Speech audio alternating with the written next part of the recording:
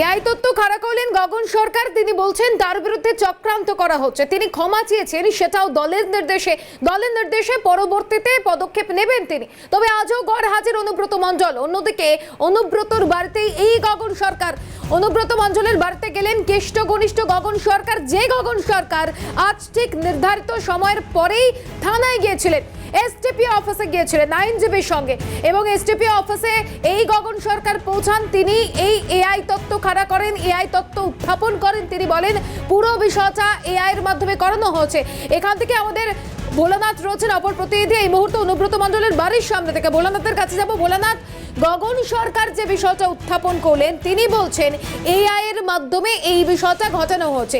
এখানেই তাকে যখন প্রশ্ন করা হয় তাহলে তিনি ক্ষমা কেন চাইলেন, তিনি এটা উত্তর দিলেন যে দলের নির্দেশে তিনি ক্ষমা চাইলেন, অর্থাৎ দল যা বলবে তাই করবেন অনুব্রত মণ্ডল পরবর্তীতেও।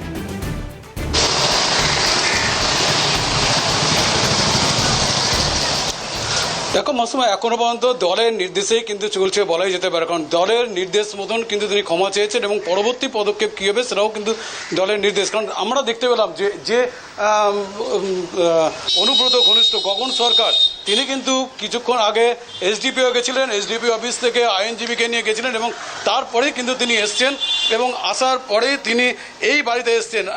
ইতিমধ্যে 10 মিনিট হয়ে গেছে তিনি কিন্তু গগন সরকার এই বাড়িতে ঢুকেছেন।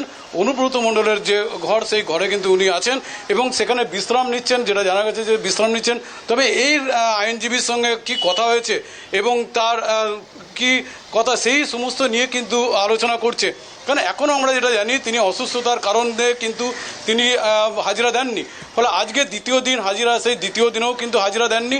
ফলে কবে হাজিরা দেবে বা না কোর্ট থেকে আগাম জামিন নেবেন সেই বিষয়ে কিন্তু এখনও পরিষ্কার নয়। তবে যেটা জানা যাচ্ছে সূত্র মারফতে হয়তো তিনি কোর্ট থেকে আগাম জামিন নেই, তবে হয়তো হাজিরা দেবেন। তবে সমস্ত কিছু নির্ভর করছে তার নির্দেশের ওপর এবং পাশাপাশি দলের নির্দেশও তিনি সেইভাবেই চলবেন বলে তার দলীয় সূত্রভাবে জানা গেছে। তবে আরও একটা যে কথা, যে আগামী 14 তারিখ কিন্তু এই কোর কমিটির বৈঠক, যদিও সেই কোর কমিটির কিন্তু সদস্য অনুব্রত মণ্ডল এবং সেই 14 তারিখ কোর কমিটি এখনও নির্দিষ্ট আছে।